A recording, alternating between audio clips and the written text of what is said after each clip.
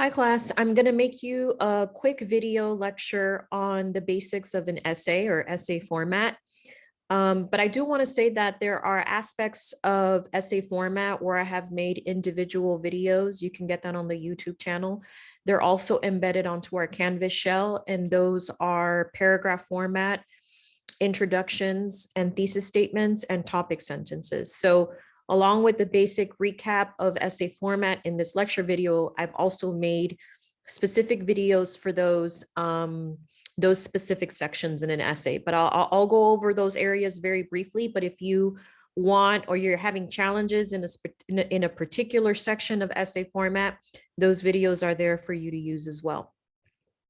So hello, we're about to get started on our first paper, or I believe, yeah, our first paper of the semester. And I wanted to make sure that we're all on the same page about essay format. So I would say that some of you have probably been exposed to this or a similar format, maybe when you were in high school or when you were taking other classes in the liberal arts. Either psychology or history, but I want to show you what this looks like so that we're all on the same page. So the first thing you want to do when you're going to write an essay for this class is you want to make sure that you know what the tasks are. Rarely, if ever, do I give you an essay question or a prompt where there's only one task. It usually has multiple tasks.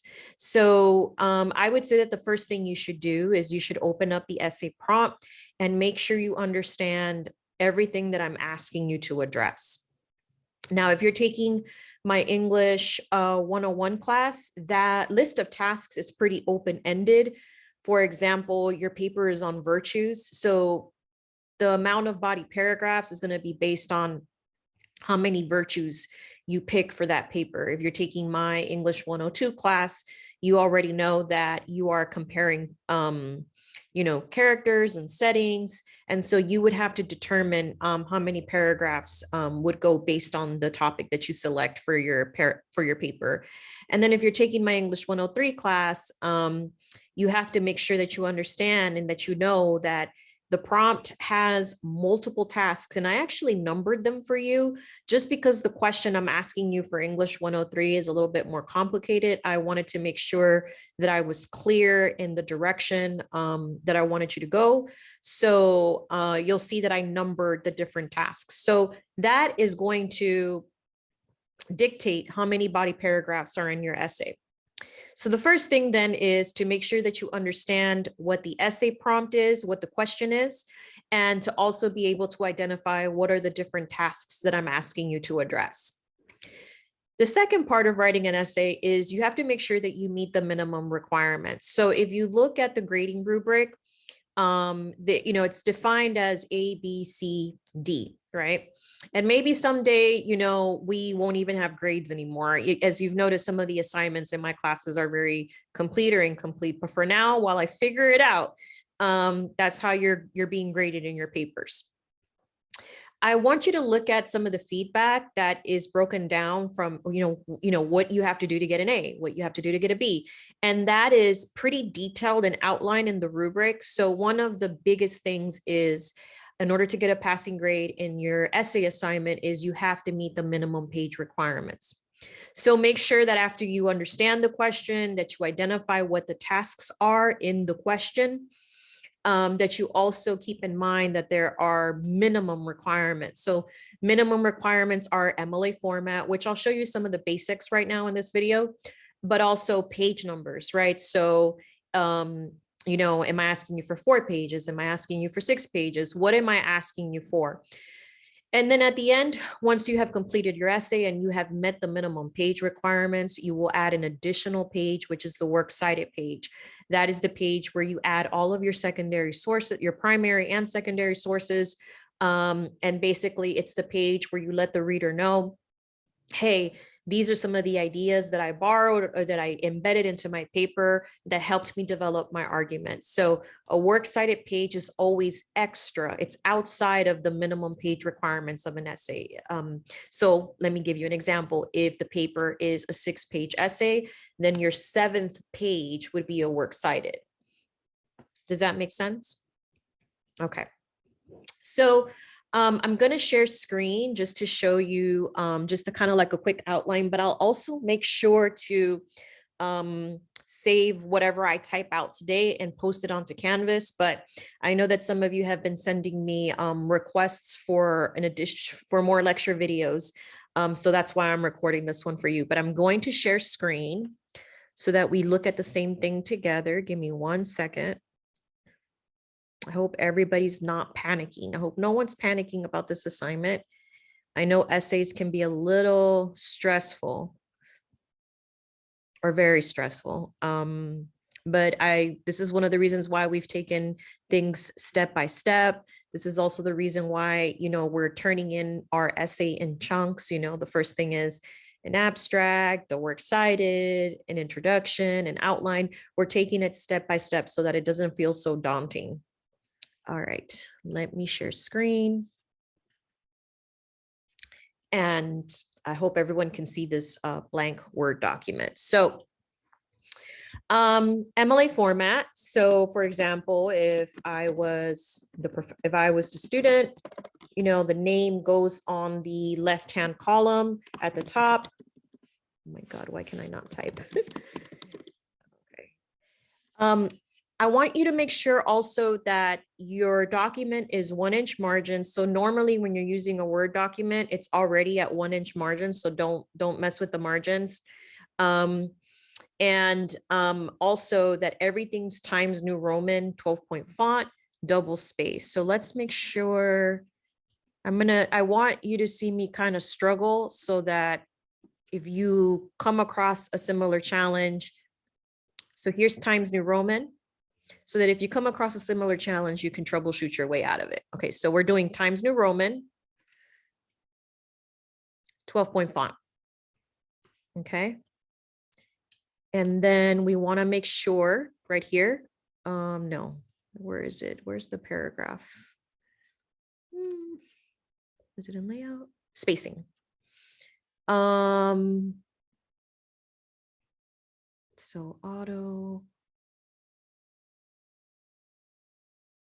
Okay, I think that's it. Okay, so after your name, you would put Professor, I don't know, X. Then you would put the class. So the class, so if you're taking a 101, it would be 101 and section number, or 102, section number, 103, section number, and then the date. So today, I believe, is the 24th.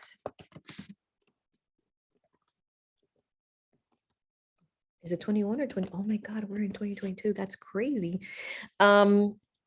So usually the date, so like if you're deciding, you're like, well, I don't know what date to use, you would use the date of when the assignment is due. Okay, it's the date when the assignment is due. So let me go back to home. And the header, right, where you put your name, where you put your last name and the page number.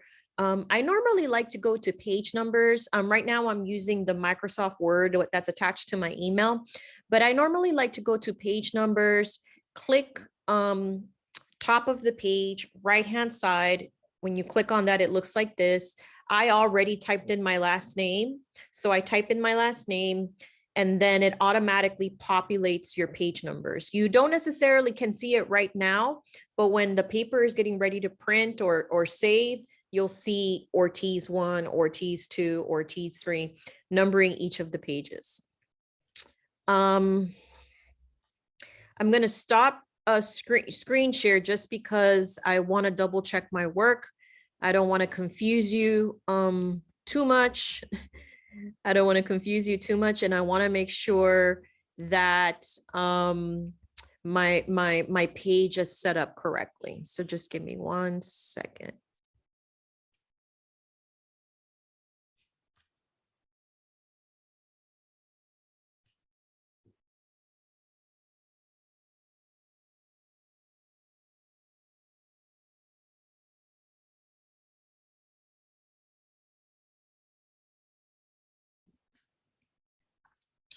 Okay, so let me share screen again. I figured it out.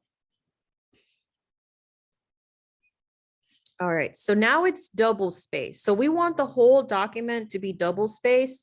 So what I did is I went to spacing, I clicked on these three dots and went to paragraph. I think some of you might have a Word set up where it actually says paragraph. You click on paragraph, and right here where it says line spacing, you want double. Okay, you want everything double spaced. All right. So when you're getting ready to start your paper, you would push tab one time at the beginning of every paragraph. That basically signals, hey, I'm starting a new idea. Okay, so when you're starting a paragraph, you want to hit tab one time, and then you would start your writing. But for the purpose of what I'm showing you right now, which is only how do you outline an essay, I'm going to remove that. So in my lecture video, I talked about introductions, body paragraphs, and conclusion. Okay. So in the lecture video, I actually go pretty in depth into introductions, but an introduction is the first paragraph of an essay. As you know, an introduction has to have a hook, and a hook is an opening statement. Okay. And let me make this very clear. An opening statement cannot be a quote, and it cannot be a question. An opening statement has to make a claim. And one of the ways that I describe it is that the opening statement, sometimes teachers describe it as the attention grabber, or I like to think about the opening statement as something that captures the essence of your paper, right? Something that captures the spirit of your paper, if that makes any sense. If that's too abstract, just think about it as, what is your opener? What do you want to start with? Now, sometimes we want the opening statement to be so good that we get stuck on that first sentence. Remember, anything that you write down in this paper, whatever you don't get to address when you start, you can always go back and address it. So if you're one of those people like me that likes to have like bomb opening statements, normally I come back and I'll edit my opening, just because by the time that I finish my paper, or I'm towards the end of my paper, I'm like, okay, this is the spirit. This is the essence of what I'm trying to say. So a hook is an opening statement. Sorry, guys, I don't know what is going on with my typing. Okay, and then after that, you need context. So what is context? So context is the stage. All right, you have our attention, right? You did that with the hook. You have our attention. So now context, you have the stage. This is where you tell me where all the players, who all the players are. This is where you lay out the setting. This is normally where you give me your primary source. This is where you give me details of your topic, or you give me enough information so that when we get to the body paragraphs, you have laid out the blueprint of your paper. Oftentimes, students don't spend enough on context because it's almost like, well, I'm going to talk about it for 5 more pages, so I'm not going to give you everything. No, I want everything. Context should lay out your whole argument. Once you get to body paragraphs, really what you're doing is you are giving more detail and more explanation and justification, and you're addressing specific secondary sources. But here in context, remember, this is the stage and blueprint of your essay. Okay, so things like, if you're writing about the topic of virtues, you would give me some context as to why you're writing about the topic of virtues. If you're writing about a social issue or a policy issue, you would give me some background or history to situate me as a reader for your paper. So think about context as you laying the stage and blueprint of your essay. This is also where a primary source would go. So for example, if you're taking my English 102 class, sorry guys, if you're taking my English 102 class, this is where the novel would go, right? Like if we're writing about, for example, Zula by Toni Morrison. In context, you would tell me, Zula, a novel by Toni Morrison, is about, and then you would give me some summary of the novel so that I know what element of the novel well, first of all, what the novel is about, how you see it, what is your interpretation of it, and what specifically about the novel you will be focusing on. Okay. All right. So then after that, after context, you have your thesis statement. Your thesis statement is a claim, and I have a whole lecture video about claims. So if you need to rewatch claims and introduction, I'm going to go ahead and let you do that. I just wanted to give you a quick outline. So for the assignment where you have to outline your paper, this is what it should look like. Okay, I need your hook, I need your context, your blueprint, and I need your thesis statement. Body paragraphs is the amount of body paragraphs is determined by how many tasks you're going to be addressing in your paper, right? So for example, if you're writing your paper on virtues and you decide you want to focus your paper on the virtues of love, courage, and hope, how many body paragraphs do you think that's going to be? 1, 2, 3. 3 body paragraphs. For the English 103 class, I think you have like 5 different tasks that you have to address in your paper. How many body paragraphs do you think you'll have? 5, right? 5 different tasks. So my advice to you is to make sure that you are addressing 1 task per paragraph. That is very important because the part of your grade is really about how you lay out your argument and the flow of your paper, right? Are your ideas connecting? Are you laying out your ideas in a way that makes sense? Are you going from broad and working your way down to specific? Are you starting with specific and then working your way out to broad? So all that level of uniformity is really, really important. So one of the very basic things that you can do to make sure that you are communicating uniformity in your paper is to commit to 1 task per paragraph, per body paragraph, okay? So we know that the structure of body paragraphs is a topic sentence, and a topic sentence is also a claim. If you don't know what a claim is, please watch the lecture video on claims. I just want to focus on the outline of a paper. A topic sentence is followed by context. Well, that's a familiar term, right?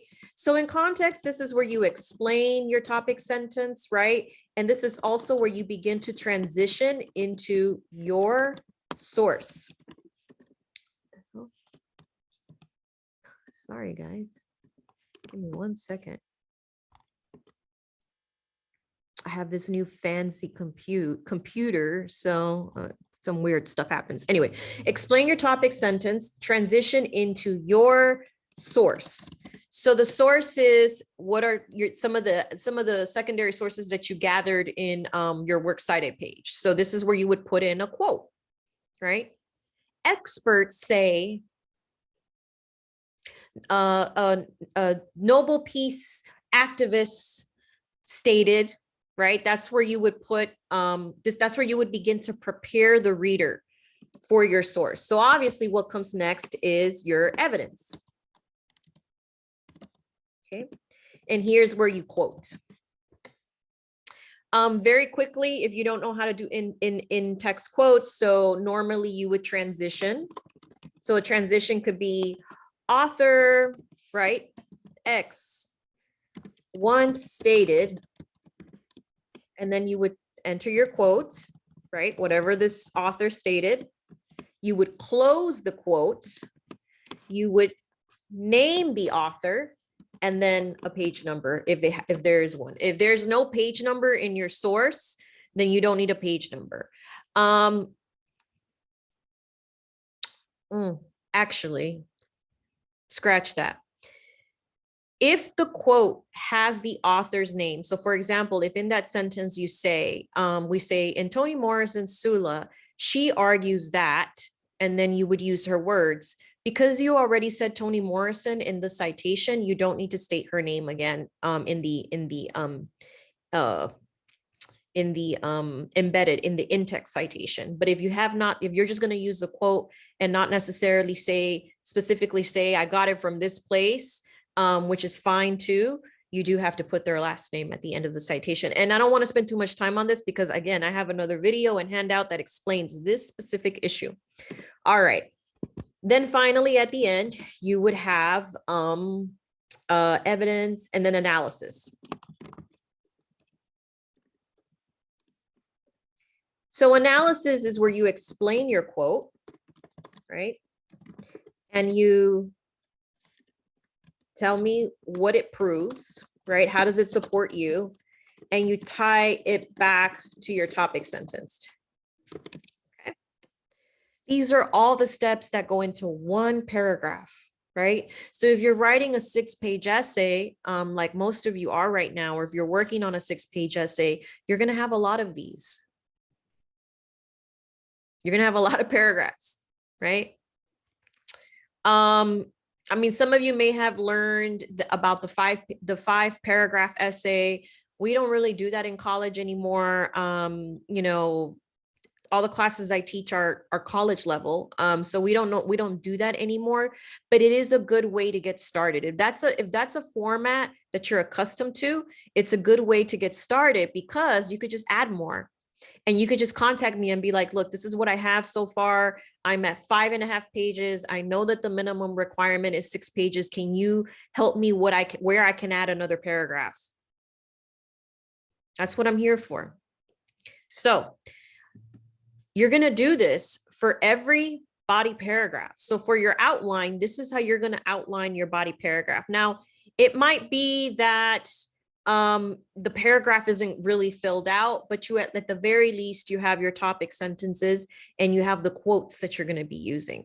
Okay. If you have your topic sentence and the quote, everything else will kind of play itself out naturally. Okay. So you're going to have several of these. I just wanted to go over the outline. And so even in the assignment where I'm asking you for an outline, these are the steps. You're going to have these steps laid out for each body paragraph. I hope I'm making myself clear.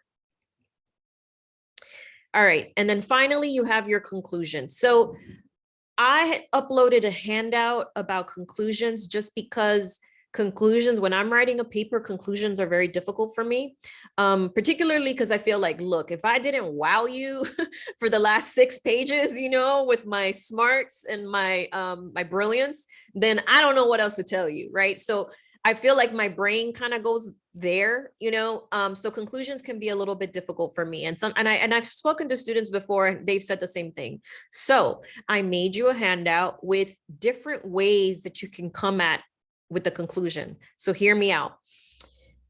One of the ways that I suggested a conclusion is, let's say all the topics that you guys are writing about are so big, right? Whether you're taking my 101, my 102, or my 103, they're very heady, you know? They're very like, wow, I'm going to have to sit there and reflect on this.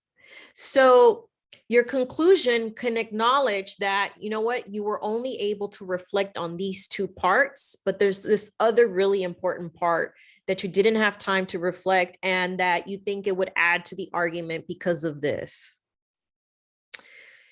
Some of the best conclusions have been students that, for example, in my English 101 class, where they wrote papers on virtues, on like what virtues represent who they are, right? And in the conclusion, they shared, most of the paper was very academic, very philosophical, but they began to express their personal experience in their conclusion. So they saved that personal narrative at the end. And let me tell you, that is the cherry on top. I love that. I love it. Just in case you want to know.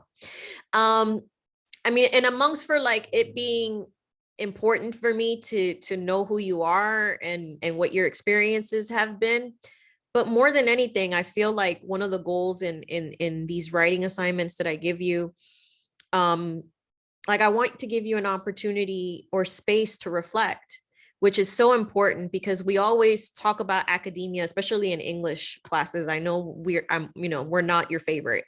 But sometimes, at least the way that I grew up when I was doing this type of work, I just felt like a lot of it, like the teacher already had an answer and I needed to figure out what her answer was.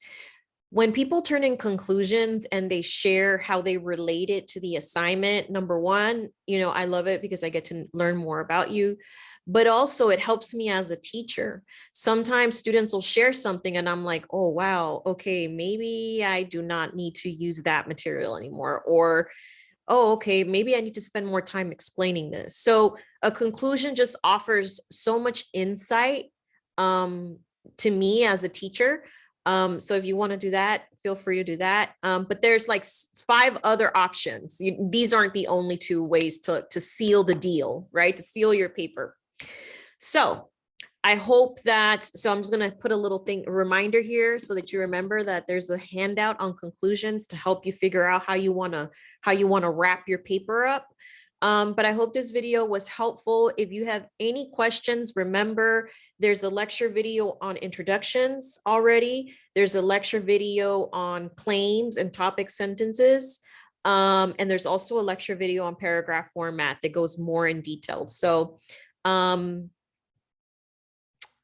yeah, I think that's pretty much it. So introductions, body paragraphs, conclusion. All right, reach out if you have any more questions.